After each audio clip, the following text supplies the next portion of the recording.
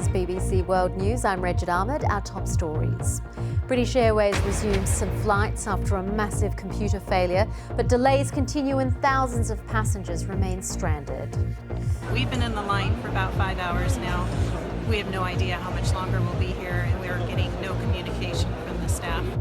In the Philippines, at least 19 civilians have been killed as the army battles Islamist insurgents. Police carry out more raids in Manchester in connection with last week's concert attack, which killed 22 people. More aid arrives in Sri Lanka for people hit by flooding. More than 150 people have been killed.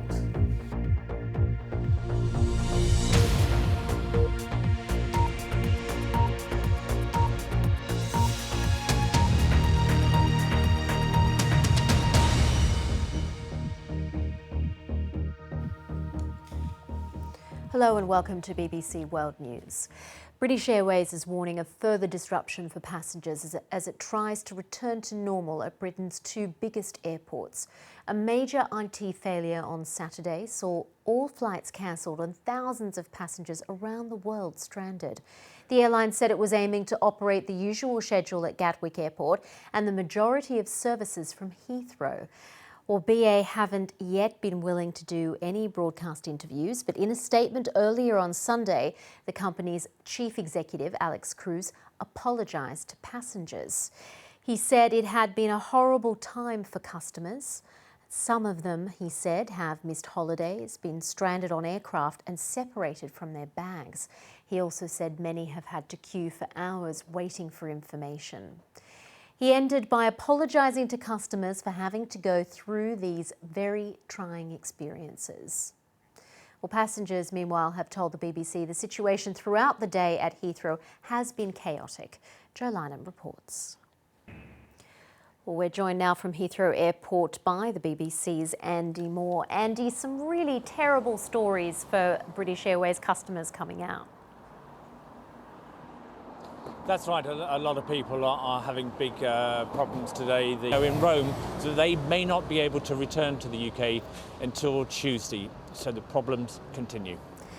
Andy, I was reading one account of a woman who said she always used to fly BA, but after this disaster she'd never trust them again. This is bad for their relationship with customers. It's very bad for the company's reputation. Good things to say about British Airways.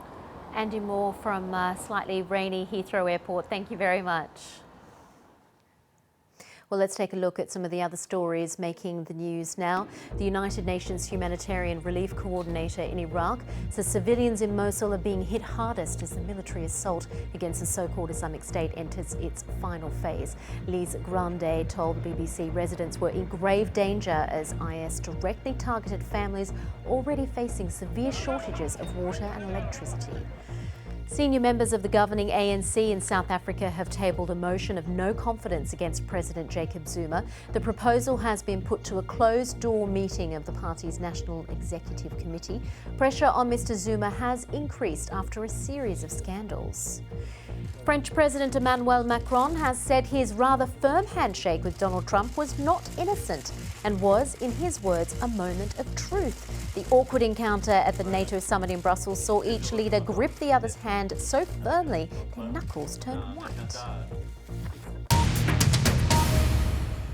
Now, government authorities on the Philippine island of Mindanao have urged civilians to leave their homes as the army battles to reclaim the city of Marawi from Islamist militants.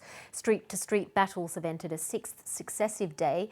The International Committee of the Red Cross says an estimated 85% of the mostly Muslim-populated city has left. But local officials say as many as 2,000 remain trapped by the fighting. At least 19 civilians are known to have died in the violence. The BBC's Jonathan Head reports. At the moment, Dan, what can you tell us about the latest activity in the investigation?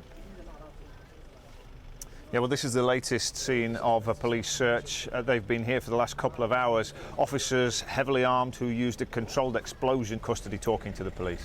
Do we have any sense of whether all these arrests are of people that know each other, are part of the network, or knew the bomber, or are we still waiting for that information?